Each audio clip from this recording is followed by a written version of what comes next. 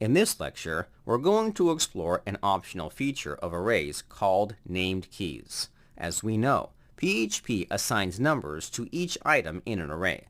You can refer to these numbers as indexes. However, there's another name you can use, which is keys. Regardless of what you call it, we're not forced to use the number system.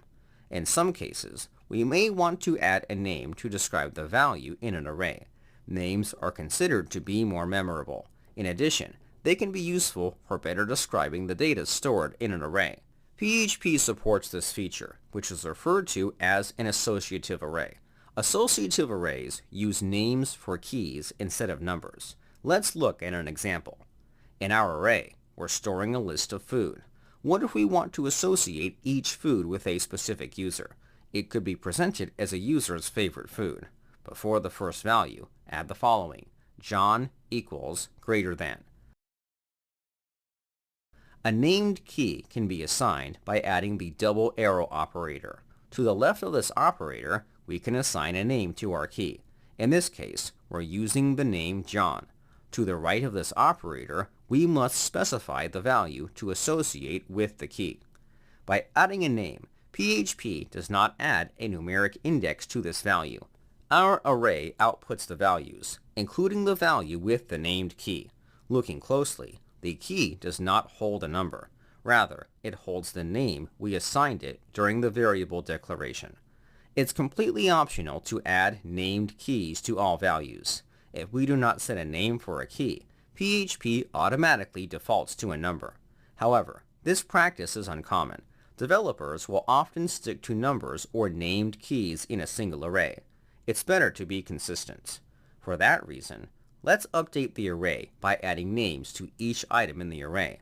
You can use whatever names you'd like. I'll quickly update the array.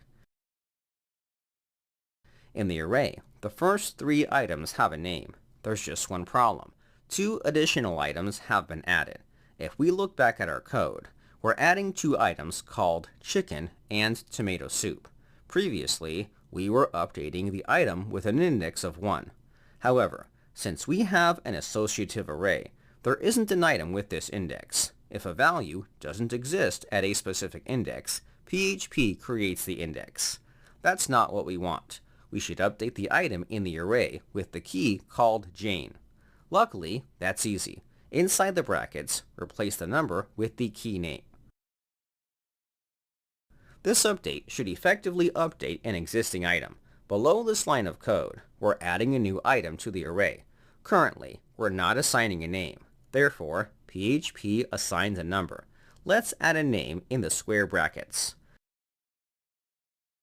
After making those changes, all items in the array have names. We can reference a specific item in the array by a user's name. Associative arrays can be helpful when dealing with arrays that have limited data. Adding names can be a great way to describe the data stored at a specific index. In the following lecture, let's look at one more feature related to arrays.